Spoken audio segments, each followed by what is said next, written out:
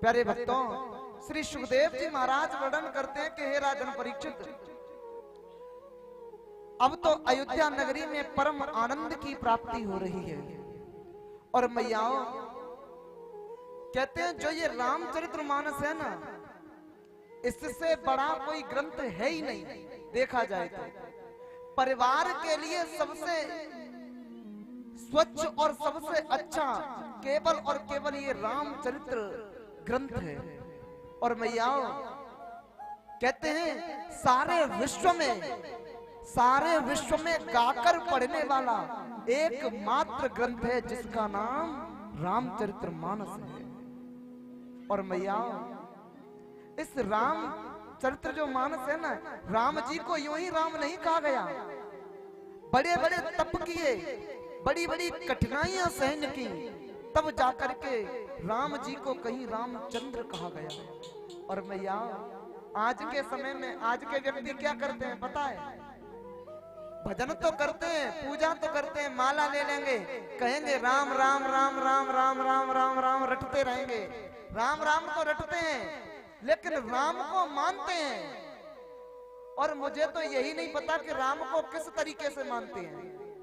कहते हैं जो व्यक्ति राम को मानते हैं वो कभी घर में जीव हानि नहीं कर सकते, और जो व्यक्ति राम को मानते हैं वो कभी किसी से गलत नहीं बोल सकते, और जो व्यक्ति राम को मानते हैं वो अपने से बड़ों का कभी अपमान कर ही नहीं सकते। अरे तुलसीदास जी ने यूं ही नहीं लिखा, प्रातः काल उठ के रघुनाथा, मात पिता गुरु ना वह माता।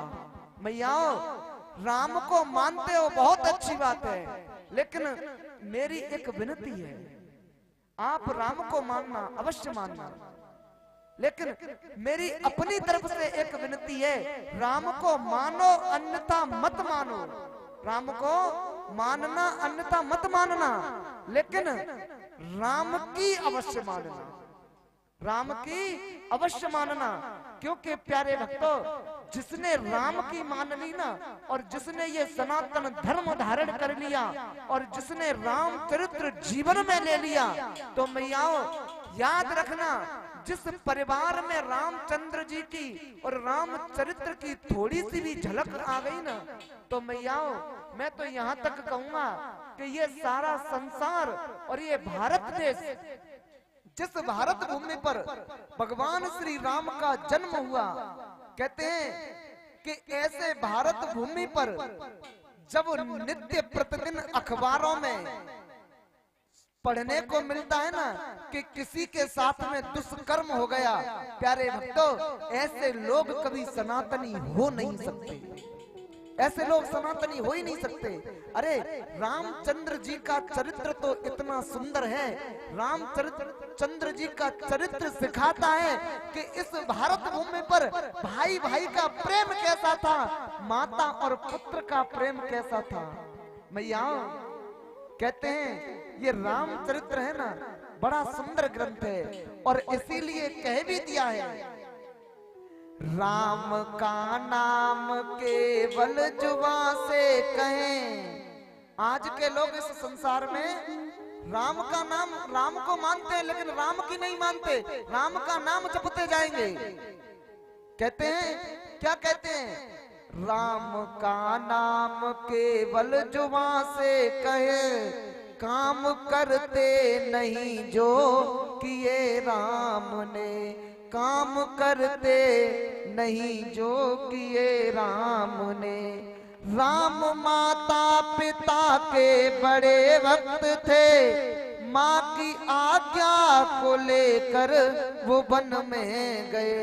अरे वो महाराज दशरथ एवं केवल राम की माता कैकेयी ने एक बार कह दिया था कि राम को 14 वर्ष का वनवास, प्यारे भक्तों एक क्षण नहीं लगाई राज्य को त्यागने में।